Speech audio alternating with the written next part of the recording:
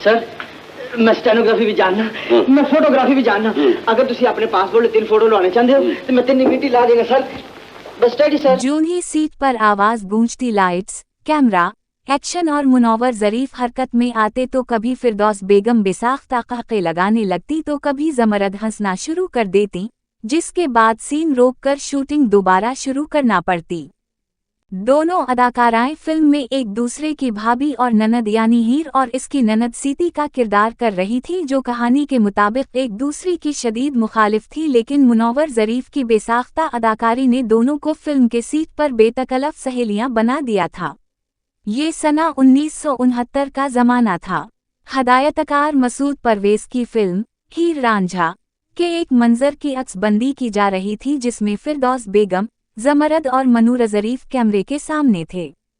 फिरदौस बेगम उस वक्त की सुपरस्टार थी और मज़कूरा फिल्म के लिए वो टाइटल भी शेयर कर रही थीं। ज़मरद बेगम का शुमार भी मंझी हुई अदाकाराओं में किया जाता था। ज़मरद बेगम बताती हैं कि इस दिन बमुश्किल सिर्फ एक ही सीन हवा था, क्योंकि हम दोनों मुनव्वर ज़रीफ की बरजस्ता अदाकारी की ताबना लाते हुए हंस पड़ते। मज़कूरा सीन दुनियाए फिल्म में सकरपट और किसी मज़ाहिया अदाकार की तरफ से फ़ी अलबदीहा जुमलों का ऐसा फ्यूजन है जिसकी मिसाल और कहीं नहीं मिलती। ज़रीफ का अंदाज़ राइट ब्रदर्स का जहाज़ था, जिसे मुनव्वर ज़रीफ ने F-16 बना दिया। दरअसल मुनव्वर ज़रीफ ने अपने भाई ज़रीफ के स्कूल ऑफ थॉट को आगे बढ़ाया था और नाक़दीन का कहना है कि अगर ज़रीफ का अंदाज़ राइट बिरादरान का जहाज़ था तो मुनव्वर ज़रीफ ने उसे F-16 बना दिया। ज़रीफ का शुमार उन फनकारों में होता है जिन्होंने फिल्मों में जगत मुतारफ कराई, लेकिन वो सिर्फ जगत या जुमलेबाजी पर इक्तिफा नहीं किया करते थे, बल्कि किसी भी किरदार को मुकम्मल जुज़ियात के साथ पेश किया करते थे और इसके साथ जगत का इस्तेमाल किया करते। मनूर ज़रीफ ने ज़रीफ के उसी अंदाज़ को बाम उरूज बख्शा था। मुनव्वर ज़रीफ ने 1960 में अपने कैरियर का आगाज़ किया और वो 1976 में इस दुनिया से रुखसत हो गए। सिर्फ 16 साल में इन्होंने पर्दा सीमे पर इतने किरदार तख्लीक कर दिए थे, यूं लगता है वो 16 जन्म जिए।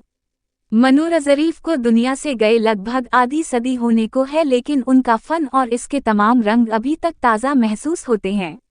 मिर्ज़ा असद अल्लाह खान गालिब के कलाम की तरह मनूर ज़रीफ की अदाकारी भी कभी आउटडेटेड नहीं हुई। लाहौर के मोहल्ले किला गुज्जर सिंह को ये एजाज़ हासिल है कि यहाँ एक ही वक्त में 1 दर्जन के करीब फनकारों ने जन्म लिया, एक साथ पले बढ़े और पढ़े लिखे और फिर कम वाव बेश एक ही दूर असर में इन्होंने फ़न अदाकारी में अनमत नुकूश छोड़े और दुनिया में अपने फ़न के डंके बजुए।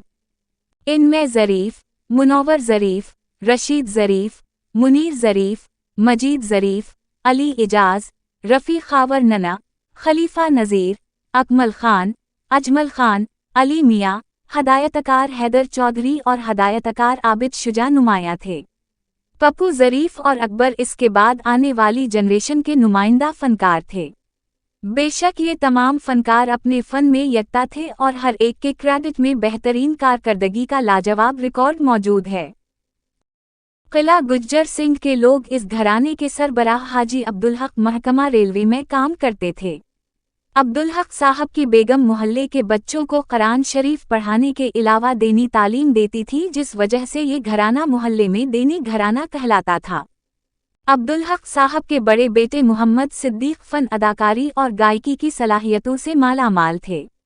जब इन्होंने फिल्म के पर्दे पर अपनी सलाहियतों का इजहार किया तो फिल्म देखने वालों ने इन्हें पसंद किया और वो ज़रीफ के नाम से फिल्मी सनत में अपना नाम और मकाम बनाने में कामयाब रहे। उनकी कॉमेडी के अलावा उनकी गुलकारी को भी पसंद किया गया। इन्होंने उस वक्त जो गीत गाए वो सुपरहिट हुए।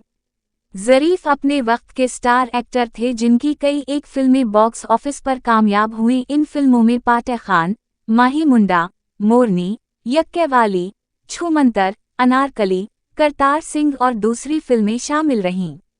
हाजी अब्दुल हक साहब ने भी अपने बेटे के शौक और जुनून को देखते हुए फिल्मी सफ़र जारी रखने की इजाज़त दे दी, लेकिन ये राज उन पर बाद में खिला कि इनकी पूरी औलाद ही फ़न की दौलत से माला माल है। मनूर ज़रीफ के बचपन के साथी और दोस्त अली मियां बताते हैं कि मुनव्वर ज़रीफ भी भाई के नक्श कदम पे चलते हुए अपने फ़न का इजहार चाहते थे, लेकिन बड़े भाई का एहतराम हमेशा आरे आता और वो अपनी ख्वाहिशात का गला घूंट देते। मोहम्मद सिद्दीक अलमारूफ ज़रीफ बखूबी जानते थे कि उनके छोटे भाई भी फ़न की दौलत से माला माल हैं, लेकिन वो फिल्मी माहौल से इन्हें बचाना चाहते थे। वो मुनव्वर ज़रीफ के दोस्तों अली इजाज़, खलीफा नज़ीर और रफ़ीक खावर को भी सख्ती से डांटते थे कि वो अदाकारी का ख्याल दिल से निकाल कर कोई और तामीरी काम करें, लेकिन मुनव्वर ज़रीफ पर छोटा भाई होने के बायस पाबंदी खुसूसी थी। अली मियां बताते हैं कि मनूर ज़रीफ उनके साथ छप छप कर फिल्म स्टूडियोज़ जाया करते और जब कभी ज़रीफ साहब को पता चलता तो वो मुनव्वर ज़रीफ को डांटते, लेकिन जब इन्होंने महसूस किया कि मुनव्वर को फ़न के इजहार से रोकना सही नहीं तो इन्होंने इन्हें कैमरामैन बनने की इजाज़त दे दी और एक कैमरामैन का असिस्टेंट भी करवा दिया। फिल्म स्टूडियोज़ में आने जाने की इजाज़त से मनूर ज़रीफ का हौसला बढ़ा और ये सिलसिला आगे बढ़ता चला गया। मुनव्वर ज़रीफ ख्वाजा सराओं के साथ मेकअप करके बधाई लेने जाते।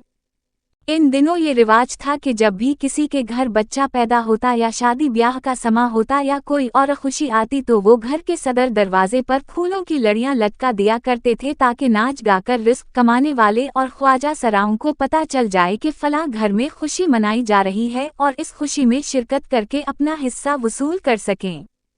मनूर ज़रीफ ने मोहल्ले के बच्चों की ड्यूटी लगा रखी थी कि मोहल्ले में जिस भी घर के बाहर सहरे लटकते देखें इन्हें आकर बताएं, ताकि वो ख्वाजा सराओं के साथ मिलकर फ़न का मुजाहिरा कर सकें। किला गुज्जर सिंह के लोग बताते हैं कि मनूर ज़रीफ ऐसी लाइव परफॉर्मेंसेस के लिए बाकायदा मेकअप करते, जनाना लिबास ज़ेब-तन करते और कुछ इस तरह से रक़्स करते कि ख्वाजा सरा अपना सा मुना लेकर रह जाते। ये सब मनूर ज़रीफ अपने अंदर के फ़नकार और फ़न के इजहार का एक ज़रिया ख्याल करते थे। लिली मुनव्वर ज़रीफ ने अपने वालिद और वालिदा के सामने बैठकर बाएं हाथ से तुम किनारी बजाई और वो इस साज़ को ऐसे बजा रहे थे जैसे कोई तस्बीह हो। हाजी साहब ने अपने बेटे का ये टैलेंट देखा तो हैरान रह गए कि किस तरह से वो ये सब कर पा रहा था, क्योंकि इसने इस फ़न की कोई बाकायदा तरबियत हासिल नहीं की थी। लड़की का चचा सुपरस्टार है, लिहाजा सोने की नहीं हीरे की अंगूठी पहनाए। उनके खानदानी ज़राए ने एक वाक़या सुनाया कि मुनव्वर ज़रीफ फिल्मों में कामयाब हुए तो इन्होंने सारे घर की जिम्मेदारियां अपने सर ले लें। वैसे भी बड़े भाई ज़रीफ की वफ़ात के बाद मुनव्वर ज़रीफ ने उनके बीवी बच्चों की देखभाल की जिम्मेदारी को फ़र्ज़ समझकर निभाया। उनके ख़ानदान के एक फ़र्द ने उसी तनाजुर में एक वाक़या बयान किया कि ज़रीफ मरहूम की बेटी फ़रीदे की शादी हुई तो मुनव्वर ज़रीफ ने उसे सोने की अंगूठी पहनाई, जिस पर लड़की के ससुराली रिश्तेदारों ने एतराज़ किया कि लड़की का चचा इतना बड़ा एक्टर है, उसे यतीम भतीजी को हीरे की अंगूठी पहनानी चाहिए थी। इस बात का इल्म जब मुनव्वर ज़रीफ को हुआ तो इन्होंने कहा कि आप लोग मेरा इंतज़ार करें, बारात मेरे वापस आने पर जाएगी। मुनव्वर ज़रीफ उसी वक्त अपने मिलने वाले ज्यूलर के घर गए और उसे सारी सूरत-ए-हाल से आगाह किया और इससे हीरे की अंगूठी तलब की। ज्यूलर ने रात को दुकान खोलकर मुनव्वर ज़रीफ को हीरे की अंगूठी दी। मुनव्वर ज़रीफ ने वापस आकर हीरे की अंगूठी फ़रीदे की उंगली में पहनाई और यूं बारात दुल्हन को लेकर वहां से रवाना हुई।